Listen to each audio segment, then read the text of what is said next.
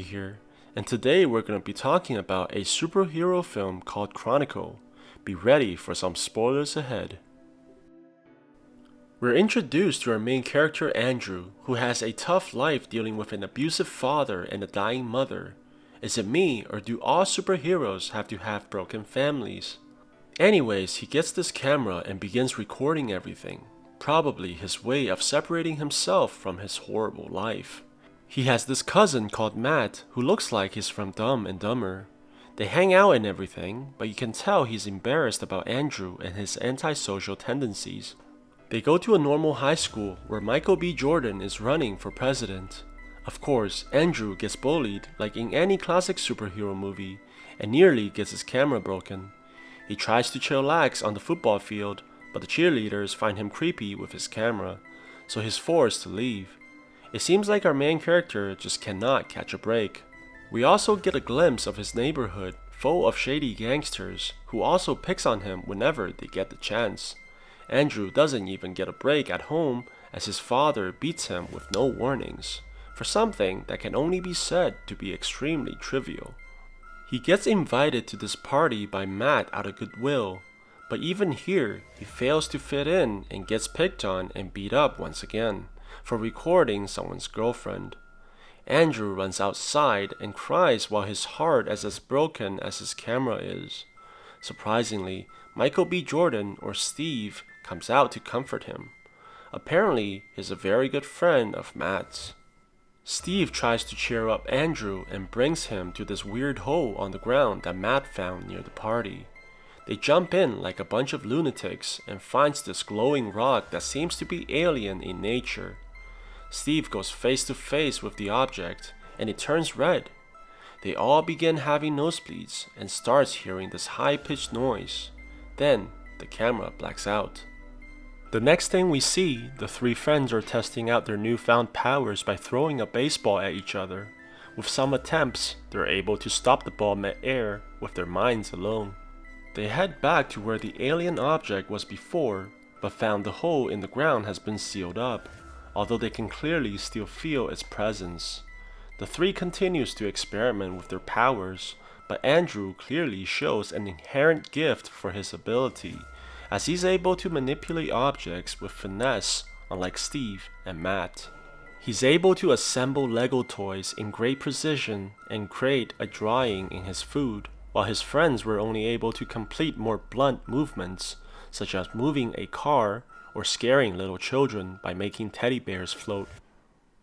However, Andrew's personal life continues to deteriorate alongside with his mother's health and his father's frustration in his inability to help. Andrew is deeply affected by this as he's very close to his mother, and she seems to be the only light in his world which would otherwise be filled with darkness. Although Andrew thought about using his powers to help others, similar to Matt and Steve, his inner rage is apparent when he pushed a car off the road simply because its driver was honking at them. The car fell and flipped into a lake where the driver could not get out. Steve reacts quickly and manages to save the man from drowning. This action angered Matt greatly, and he demands that there must be rules about using their powers. Andrew agrees on the surface, but likely feels that justice was served. In his world, where everyone seems to step on him like a piece of garbage, how can he feel any sympathy when he did nothing except the same thing? Eventually, Matt and Andrew receives a phone call from Steve, and they arrive at the scene. They didn't see where their friend was until they looked up in the sky. Steve was levitating in mid-air. The two quickly tries to imitate their friend, and Andrew almost immediately gets a hang of flying, while his cousin struggles and stumbles hilariously. They take to the sky and soars through the clouds just like a dream. One can only imagine the fun that they're having. But soon they begin hearing a loud noise that only grows louder by the second, and before they know it, a plane nearly collides with Steve, which causes him to free fall. Andrew rushes towards his friend and manages to catch him and save the camera at the same time. It seems that Andrew is capable of heroic deeds, but only to those who he deems worthy. Their friendship grows closer and they unanimously agree to take a trip to Tibet, as it's rare to find a place so peaceful. Matt goes to his ex-girlfriend Casey and tries to reconcile with her, while Andrew and Steve hangs out on the city rooftop. Through many words of encouragement, Steve convinces Andrew to join a talent show where he can use his abilities to become popular. The talent show was a success, as Andrew used his powers to seemingly achieve magic-like abilities. His popularity grew, and he is praised by everyone at the show.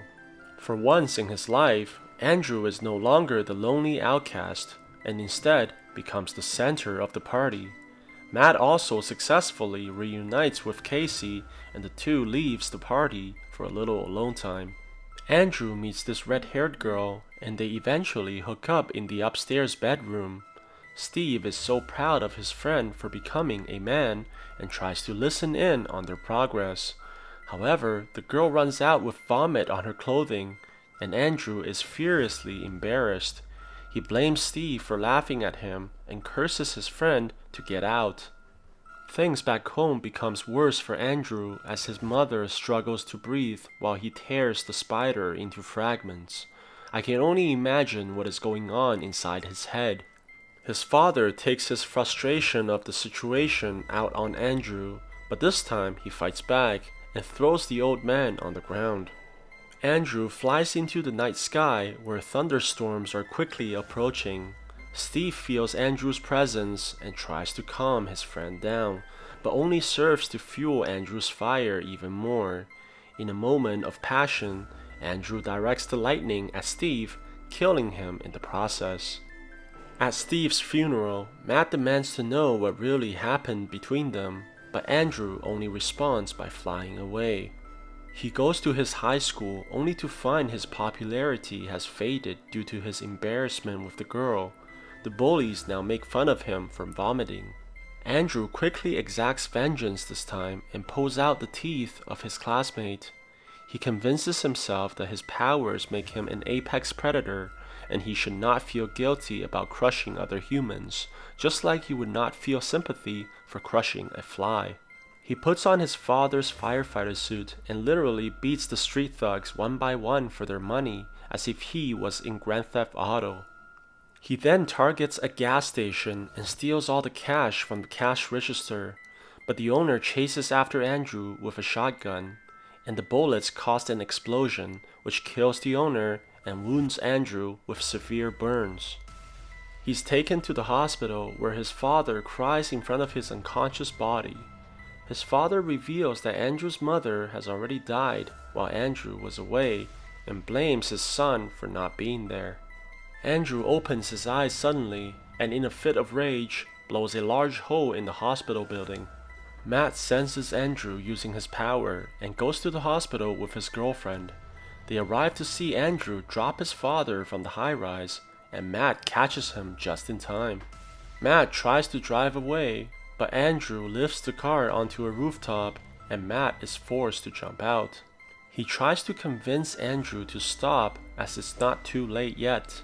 They can both just fly out of here, but Andrew refuses and claims that he is the apex predator. The two fights and crashes into multiple buildings and causing tremendous damage to the city. They fall onto a street where the police quickly surrounds them and opens fire. Andrew creates a force field and stops all the bullets in mid-air. He then unleashes a shock wave which sends the police flying along with their cars. Andrew screams in rage, destroying everything in range and putting innocent bystanders in danger. Matt tries to stop his friend with no results and is forced to throw a spear through his heart. Some time has passed and Matt travels to Tibet just like they planned before. He places the camera on the mountain and promises to use his powers to help people. He then flies away as the camera looks onto the temples. So what do you guys think about this movie? Let me know in the comments below. And if you guys like my video, please press like and subscribe for more. I'll see you guys next time.